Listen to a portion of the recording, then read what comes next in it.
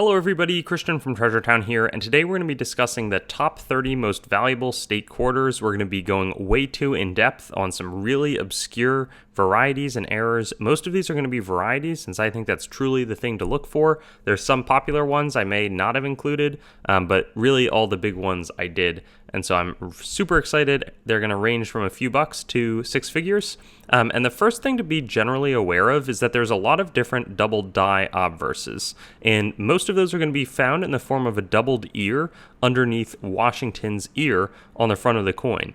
So here you can see it's pretty noticeable that the die has been doubled with an extra ear. It's popular 1984. There's the doubled ear 1988 on Lincoln cents as well.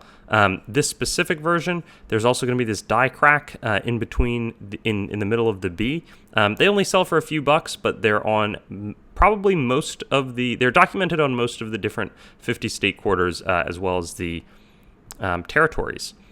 With number 29, we're going to do a Utah quarter, a double die reverse, and all the first ones are going to only be worth a few dollars, but just most of them are not talked about. This one is on the reverse of the coin, in the big spike that goes right down the middle of Utah. There's going to be some doubling to the left of it. Very slight, but it's enough, it's clearly there, so it would be included. Wyoming is a little bit more well known. There's tons of different double die reverses in the bucking, I think it's a bronco on the reverse of it, or horse that the cowboy is riding. Here you can see doubled a shelf on the underside of the bronco where the rider's hand comes down, but there's all different types of places that it's observed. Here it's in some of like the bronco's mane, and so these are generally worth a few dollars. Wisconsin, we're going to come back to Wisconsin later, but this is Wisconsin 2004, the Philadelphia Mint one. There's some interesting doubled nostrils of the cow, as well as a doubled cheese right here. And so there you can see, again, it's pretty clearly split apart. Maybe it's only worth $5-10, but honestly, if somebody has one of these and I'm at a show and they offer it to me for $5, even if it's A55, I would totally buy it. It's just, it's something interesting, and it's certainly a variety. You can see, in double dies, basically a die strikes a bunch of coins, and so in the production process of the dies, they may have to sink a master die multiple times, and that's when you get the doubling if they don't come down exactly where they were before. Here, again, I did want to emphasize this is a little bit more of a prominent doubled die obverse, super clear doubled ear on a Rhode Island quarter. I think this is the last time I'm going to mention these double die obverses, though, because I didn't want to do one for every single state. And you can see it's been pretty worn down. There's a lot of chips. This is probably an XFAU coin, and you can still see it, which is important. Here on the Arizona quarter, there's going to be a bit of doubling. Again, pretty mild, but it's nice that you can see it. It's nice that there's something to look for there. One of the ones I didn't include was the CUD, which is basically over the designer's initials on the reverse of Arizona quarters, similar valuation, but I did want to include the double die reverse. And then on the Oklahoma quarter, you have some of these extra feathers, so a slight doubling on the underside, as well as towards the back of this one, kind of where the tails are. Really neat, just because very careful die study is what got people to realize that there were these doublings. They were just a little bit smaller, again, but I wanted to be way too complete guide. I wanted to live up to that. The New Mexico quarter has some interesting ones where it's in the reverse sun. Here there's an extra shelf in the bottom. Same thing over here to the left and the bottom. And then here the extra, sort of sun ray is even a little bit more prominent. I wouldn't be surprised if with a bit of recognition and a really clear example, these prices move up a little bit over time. And then here in the Alaska quarter on the reverse, this is a die marker, so I'll explain what that is. But there's this extra kind of whiskers or doubling lengthwise. I don't think it's from the fish, but it could be. I don't know. I'm not exactly sure what it is from.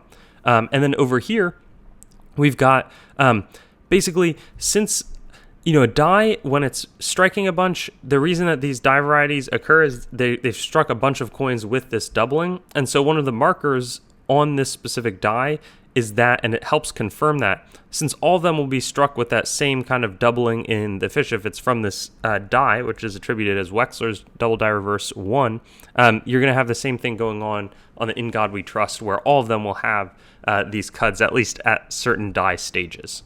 Here we've got a double die reverse on the Arkansas underneath the, I think it's diamond, there's going to be like extra trees, and that's kind of a popular theme in terms of extra trees because, and we'll get to it soon, but those extra trees definitely pop up. Iowa quarter also has an interesting thing. There's also a version where it's a little further removed, but it's like a doubled window. So this kind of bridge, the top of this window on the leftmost window of the sort of longer side of the building, you're going to see a clear extra shelf, and this one's pretty well recognized, so definitely something to look out for. Same thing here on the California quarters. I don't know if it's more valuable. Well, it's actually a little more prominent. You can definitely see that kind of extra leaf protruding up from down, protruding up, and you can see over here as well, probably about 3 different leaves or branches or extra bit of foliage. Here's also a similar theme, but Minnesota is probably the most popular. This is a pretty prominent extra tree. There's just so many different documented versions of them. I think here it's that extra tree that's protruding and popped up. It doesn't exist over here. There's just so many different, it's got this expansive trees reverse, and plenty of them have been doubled. So that's something to study carefully. I'm a Minnesota Vikings fan, so I like this one. And then here on the Idaho quarter, the state outline ends up with a small doubling to its left. And this one's a little more prominent than some of the others. And there were a few stronger sales results for it. So I thought that was kind of interesting. 2009, one of the slightly more well-known ones, a little bit more valuable. This one's in the Cherry Picker's Guide, Washington, D.C. quarter. There's going to be a doubled piano key here. And this one, value, again, more in it could scratch $100, which is kind of interesting. And the next one is going to be an even more prominent one where you see the key way off its base, and then you also have this E is kind of tilted downwards. And so, it's a little bit more of a prominent, but again, looking in, I think it's Duke Ellington, his piano key's right by his elbow. That's where you're looking for the doubling for maybe $100 or so coin. 2005P, there's different like collector's products that they make, and this one's the Satin finish quarter in Oregon. There's an extra branch variety right here. I'm circling it with my mouse, and so one of them sold for about $100. There's a lot of different extra branch types within Oregon, but this is the prominent one that I want to highlight because it's such a clear branch, and also is going to be Cherry Picker's Guide. And then this one is a pretty undercovered one. It's a clad, so not silver proof quarter, Michigan double die obverse with a ton of extra thickness throughout all the In God We Trust. It's kind of a that would be northeast to southwest spread. Totally distorted lettering. There's not as much of clear shelving like in the 1955 penny, but this is one to look out for those 2004 proof sets. Take a look if there's a Michigan double die obverse. I also did want to show some general error examples that have sold for a good bit. This was $175. Filled dies. Basically, a bunch of grease would have gotten the dies that were striking coins, and so it totally obscured the pressure that would have been used to strike them, and so much more flat-looking coins on both sides here. This sold for about $175. One of the more iconic state quarter varieties on the 2004 D Wisconsin quarter. So there's that cheese that was doubled earlier on the P. You have this extra leaf. So it really should be that there's no leaf here. It's just these, within the corn, but you have this extra leaf that's protruding low. It's risen in value a little bit in the past few years. So revised my pricing from about $75 to $150. Then there's a high extra leaf. That should not be there. If this is on there, either high or low, it's going to be a more valuable coin. So that one also being a Cherry Picker Guide, pretty well-known item. And then here, there's all types of different, this is a clip planchet from Alabama. Errors produced far less frequently after 2001, so any of those coins are going to be a little bit better. And so this is a good example. Spirit of Courage, Helen Keller, reverse, but this is an elliptical clip, so often you see kind of cutting into the coin, but this one makes the coin shaped a little bit more of an oval. Here we've got an extra hoof, Kansas silver proof, so this one's going to be silver. There's less silver proof sets floating around out there, but it's got this extra kind of prominent hoof or dig that's been put into the die, and they sell for about $300. There's also a lot of clad layer either split and often missing, but I just wanted to have something illustrative. This sold for $380. Basically, you have an inner copper core, and then the cladding occurs on either side of it. I think it's nickel that goes on each side. So those layers sometimes aren't there. Either they split off or they're entirely not present on the planchets that get struck. And that's something to look out for with state quarters. Here, I believe this is our highest variety. This is a clad-proof quarter, Pennsylvania. A little unclear what the actual valuation on them, but I think it could be pretty high. It's got beautiful shelving, so you can see such clear splits in the U, the T, the E, the D. Really a classic S, E, especially great doubled die obverse. I made videos a few years ago. There's one certified. It looks like another one came to be an NGC. So this would be a high priority to look for, and there were a lot of 1999 proof quarters, proof sets made.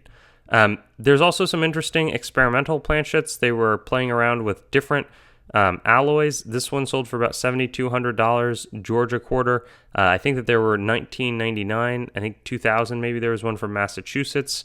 Outside of that, there's not as many, but there are some quarters that are struck on some crazy things, and as you can see, these values get really high. This one was a Massachusetts quarter that served as the underplanchet for a Sacagawea dollar that was struck on top of it, sold for a little over $8,800, which is pretty incredible if you ask me. And then this is a feeder finger that ended up getting struck by Maryland quarter dies. So this feeder finger helps place the blank planchets as they get fed between the dies for striking. Sometimes those feeder fingers come off or a part of them. This, I don't know if it's suspicious. Maybe somebody took a feeder finger and struck it with the quarter die, but it sold for $15,000. Fantastic piece of mint error history. And there's so few upper tier errors that doesn't take that many collectors for the prices to go crazy. This is an example of one of them. 2000 Virginia quarter as the undertype for a 2000 Lincoln cent. It sold for about $15,000 in 2018, and then I just checked 2022 sold for $26,400. So errors are interesting because they are catering to a very small subset of collectors. So if the two of them want it, they'll push the prices way up. Otherwise, you can have some high-end errors that also lose a lot in terms of when they appear at auction. But this has some great toning on it. Beautiful coin. And the Bolac quarter is one of the most famous types of rare errors. This is a mule coin. So it is the state quarter obverse paired with a Sacagawea planchet and Sacagawea reverse. And so what you'd spend it for, I hope we never find out, because they're all worth, again, tens of thousands. This is better conditions. This made it to six figures. Collected by Tommy Bolac. And yeah, probably a good conclusion for our number one spot. But these are all the interesting, there's a few that I missed that you might recognize. Could be like a Kansas In God We Rust. That's like a grease or filled dies situation.